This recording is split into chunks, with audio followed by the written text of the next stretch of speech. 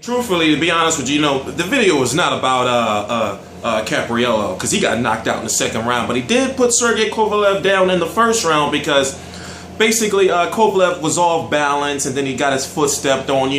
I'm going to go back and watch a little bit of the replays, but the news of the night is that Beibut Hopkins has returned to HBO, and it is official that Sergey Kovalev, the WBO champion, is going to be taking on Beibut, the Executioner Hopkins, IBF.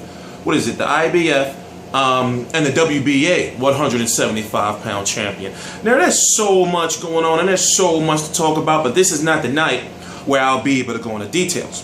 Now, first I want to say welcome to T Street Controversy, T Street Controversy Live, where I cover every single major fight live.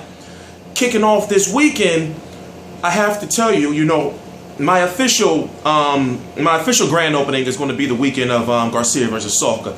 So let's get into it. Interview with Max Kellerman, Beibut Hopkins, and Sergey Kovalev standing next to each other.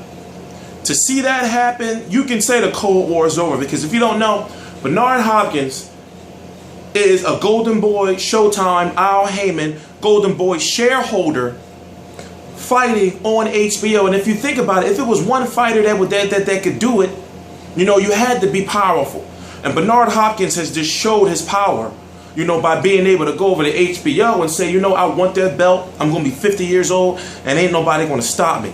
Now, this should also be, I know you don't want to bring up his name, but this should also be a testament to Floyd Mayweather Jr. Now, we know he has an exclusive Showtime deal.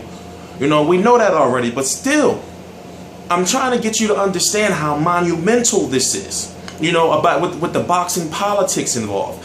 Now, who would win? I'm going to be honest with you. I'm going to say Beibut Hopkins. And I know it's what they're talking about Caprello, but when it comes to the second round of the fight, he laid on the ropes against Kovalev and just didn't want to fight. Simple as that. He laid on the ropes, and it's like, why would you do that against a guy like Kovalev? You got to keep moving around. You got to hold him, you got to grab him, and those are the things that Beibut Hopkins would do. Now, people say Beibut Hopkins may fight him, but he would never fight Andre Ward. Okay, yes, we understand that.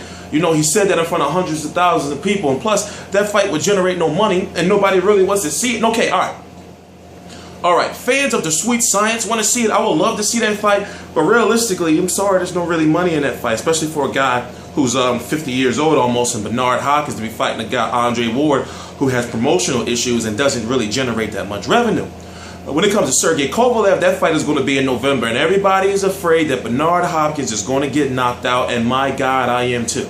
Sergey Kovalev hands once took the life of a man, and I'm not using that, I'm not saying that's a joke or anything, but the man is dangerous. He hits hard. Now 25-0 with 23 knockouts. 1 draw. But I'm T Street Controversy. I had to get the Brandon Rios. Now I'm going to say this. Don't be bitching. My videos are going to be longer next week and more in depth. I'm just going through some things right now that I'm trying to fix. T Street Controversy, T Street Controversy Live.